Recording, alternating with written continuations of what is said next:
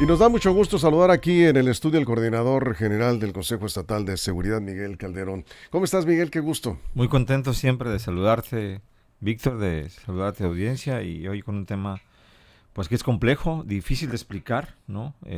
Que confunde a muchos de los que leemos Sí. datos como estos que tienen que ver con los desaparecidos, que es el último estudio que hizo la Coordinación General del Consejo Estatal de Seguridad Pública. ¿Qué arroja el estudio sobre desapariciones forzadas, le llaman, ¿no?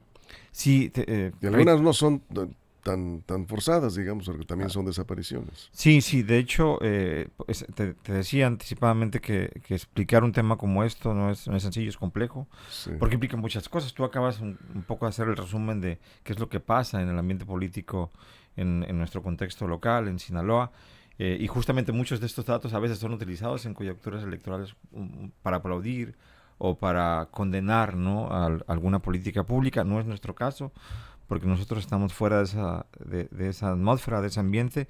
Nosotros tenemos una atribución por ley que es la de observar desde la ciudadanía organizada los acontecimientos de las políticas públicas en seguridad y justicia y este estudio de desaparecidos era un gran pendiente que teníamos en la coordinación justamente por esas precauciones que hay que tener, ¿no? claro. ¿Cuáles son los grandes hallazgos? Y quisiera un poco ilustrarlo eh, de la mejor manera para que la audiencia nos comprenda. Eh, Tomando en cuenta que en este momento te están escuchando probablemente muchas familias de personas que aún están desaparecidas. Totalmente. En medio de eso, Sí, ya decía yo la complejidad de las coyunturas electorales, pero más allá de eso, el dolor de la gente, ¿no? claro. Este delito en particular es un delito que implica mayor angustia que saber con certeza que tu cercano ya está fallecido por homicidio doloso, por ejemplo. En este caso es diferente. Los grupos de búsqueda que los contactamos a la mayoría de ellos, alrededor de 20, es un poco más de 20 aquí en Sinaloa, Sí, estuvimos en contacto con ellos y justamente platicamos esos temas y a muchos de ellos nuestra solidaridad, apoyo, nuestro abrazo, porque algunos de los hallazgos nos encienden luces de esperanza, sí. algunos otros no. Miguel, y estamos hablando con Miguel Calderón, que es el coordinador, en este caso, general del Consejo Estatal de Seguridad. ¿Qué es lo que tenemos que saber, digamos, en cuanto a personas desaparecidas? ¿Cuáles Sí, son los datos que debemos de saber de acuerdo a este estudio? hay cuatro categorías en Sí, las que las diferentes autoridades encierran este delito. Diría que las tres primeras son de carita triste, de tragedia, de angustia, porque ahí enlistan personas desaparecidas, personas no localizadas y personas localizadas sin vida. ¿cuál es la diferencia entre personas desaparecidas y personas no localizadas? Las personas desaparecidas, hay un indicio de que hay un delito en medio de eso, de que hay y que se usó la violencia. Y en personas localizadas, no necesariamente. Por ejemplo, alguien que decide de mutuo propio separarse de su seno familiar y desarraigarse de su tierra, lo puede hacer sin avisar, pero no implicó ninguna violencia, ¿no? Sí, Entonces, esa es una diferencia básica que hay que comprender y de la que empezamos. Todas las cuatro categorías, que la última es la triste, bueno, perdón, la de carita feliz, que es localizadas con vida, sí, hace todo el esquema. Eh, y sacamos datos desde 1962 hasta este verano pasado, que es una línea de tiempo muy amplia, de alcance nacional. En esa línea del tiempo encontramos que ha habido 288,000 personas en alguna de esas condiciones. Eso que, según los datos del último concierto del Grupo Firme en el Zócalo, organizado por el entonces jefe de gobierno, hoy prácticamente candidata, hubo 280,000 personas en el Zócalo. Eso es bienísimo. Entonces, date cuenta que estamos viendo el para Zócalo darnos una idea. de todas esas personas. De todas ellas, prácticamente 123,000 han sido categorizadas como desaparecidas, como no localizadas o como localizadas sin vida. Sin vida, un poco más de 12,000 personas en ese lapso de tiempo en todo el país. Hablamos de todo el De país. todo el país. Sí, En particular, la luz de esperanza es la última categoría, es localizadas con vida. De esas 288,000, 165,000, más de 165,000 han sido localizadas con vida. Entonces, algo hay ahí, ¿no? sí, Eh, estamos hablando de la mayoría, ¿no? prácticamente Que- el 57%, Sí, ¿no? El 47% todavía sigue en un tema o ya se perdió la esperanza sí, porque han sido es muy localizadas sin alto. vidas.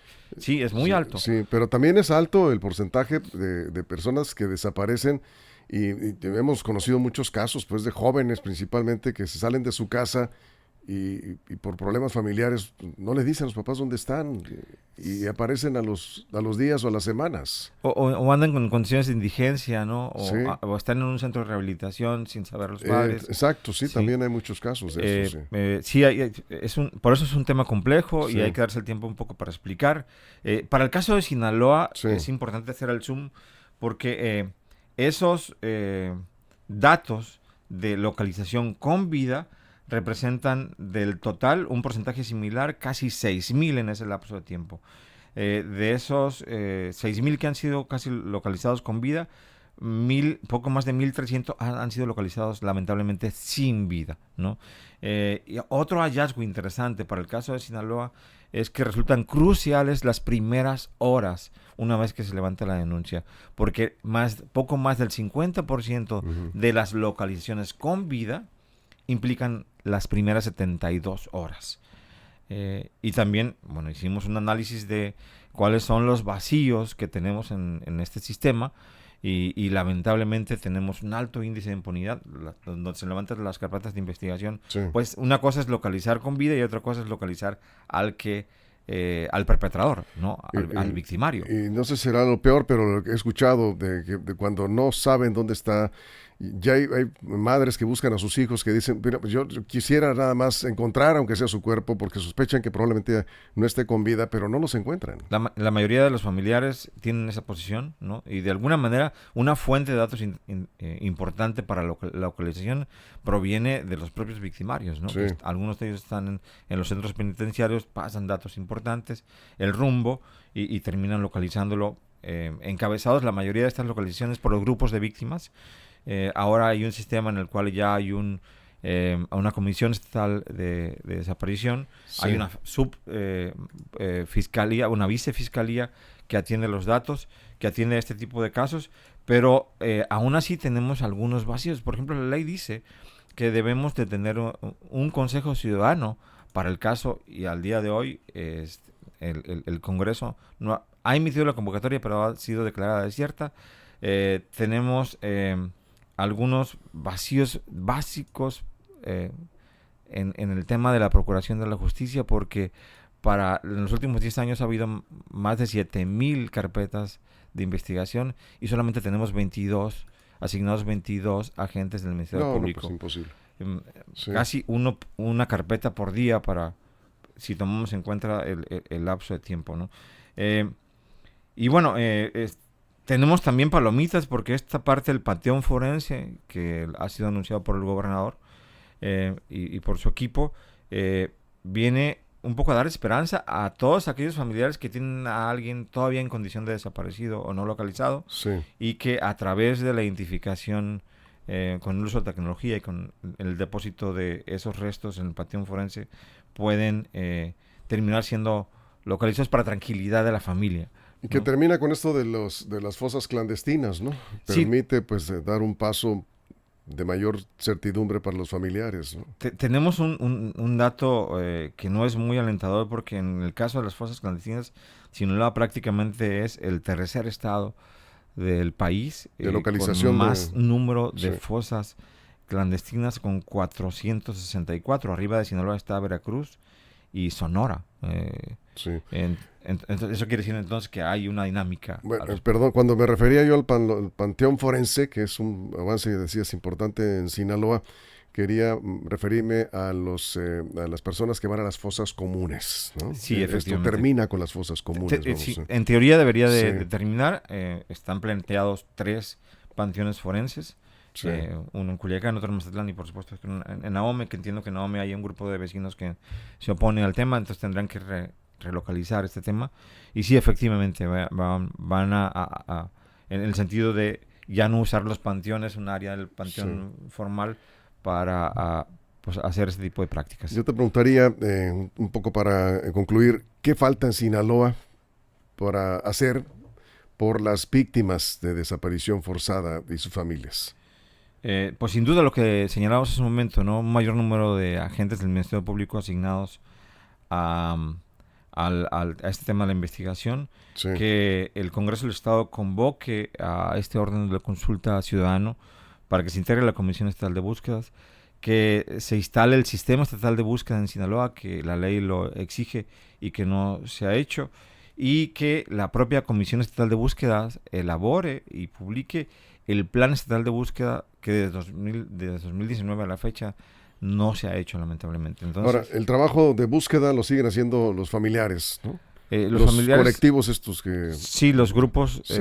que se conforman por la mayoría mamás, ¿no? Sí, Hay, por supuesto, algunos papás ahí, algunos otros familiares, ¿no? Integrados. Y ahora el esquema gubernamental es apoyado por la Comisión de Búsqueda, que ya Sí. mencionamos, y por la subsecretaría, vicefiscalía especializada en el tema, que estarían un poco entrando al apoyo de... estos colectivos, algunos han manifestado que ya hoy sí tienen un mayor respaldo de apoyo y acompañamiento por parte de las autoridades. ¿Qué les han dicho a ustedes? Es muy difícil que ellos distingan entre logros gubernamentales, avances gubernamentales, sino en la medida en que no encuentran a su familiar y por el tema sentimental que los acompaña. Así es de que muchos de ellos terminan por aceptar que ha habido algún tipo de avance, pero al poco tiempo caen de nuevo en esta especie de sentimiento fatalista. Pero me refiero al acompañamiento porque no es una tarea fácil y además es de alto riesgo. Ya hemos visto que han tenido incidentes graves algunos de estos grupos que buscan personas desaparecidas. Sí, algunos de ellos se han dotado de drones, se han dotado de otros materiales que han sido inclusive dañados, inclusive amenazados. Bueno, ha habido muertes de personas muy metidas en el protagonismo de estos grupos de búsqueda de ciudadanos. Y indudablemente que los más de 20 colectivos que hay en Sinaloa, algunos pueden coincidir en que hay un esfuerzo gubernamental de acompañamiento real y efectivo, y algunos otros no. No hay un tema generalizado, no hay es un tema complicado, lo digo por el elemento sentimental, por la angustia, por el tema, y hay que ser empáticos con ellos. Creo que la deuda está ahí. Los datos están ahí, independientemente que hay que aplaudir que los que se han localizado con vida pues dan una luz de esperanza, y hacer la reiteración de que a todos aquellos que estén ahorita en un tema similar o vayan a estar en el futuro, que piensen siempre en la denuncia. La denuncia es importante. Hay un titubeo, hemos identificado como un titubeo si se denuncia o no este tipo de casos, por la relación que pueden tener con el victimario, con el perpetrador, con el grupo del crimen organizado, y porque eso les puede facilitar la búsqueda y la localización. Pero es importante que planteen su denuncia, porque está comprobado, de acuerdo con los datos que sacamos en el estudio, que las primeras 72 horas son básicas una vez que se plantea la denuncia. Y hay que decir también, porque queda de pronto ahí la percepción de que una persona que desaparece tiene o tuvo que ver, o tuvo alguna relación con el crimen organizado, o es por algún ajuste de cuentas. De acuerdo a la información que ustedes están proporcionando, casi el 60% no corresponde a estos casos. Es correcto, ¿no? Sí, no necesariamente hay una vinculación entre la actividad previa a la desaparición vinculada con la delincuencia, ¿no? Efectivamente. Sería doble victimizar a las personas en esa condición, y bueno, no es nuestra posición. Eso es, pues está interesante este estudio. ¿Y qué hacen con esta información? Esta información la registramos, fueron más de 500 solicitudes de acceso a la información, porque pues no hay, te decía, un poco la confusión que se tiene en este tema se deriva porque las diferentes fuentes tienen datos que no son homologados, datos que no son actualizados, o datos que se ocultan, ¿no? Por la secrecía de las investigaciones. En ese sentido, nosotros lo que hicimos es, en esta recopilación, a la parte final, es recomendar al gobierno cuáles son estos vacíos, puntualizarlos y pedirles que trabajen en ellos para convertirnos en política pública.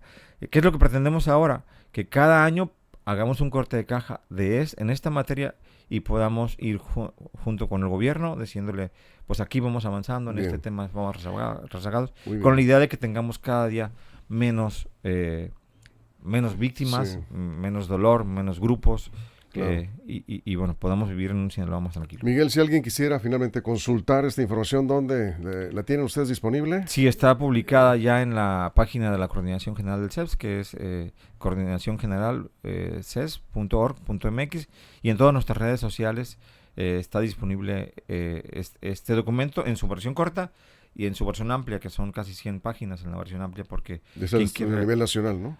Sí, porque hay un tema de alcance nacional y un tema de alcance local. Muy bien, pues muchísimas gracias por estar aquí. A ti, aquí. Víctor, gracias. Gracias por compartir esta información con nuestra audiencia.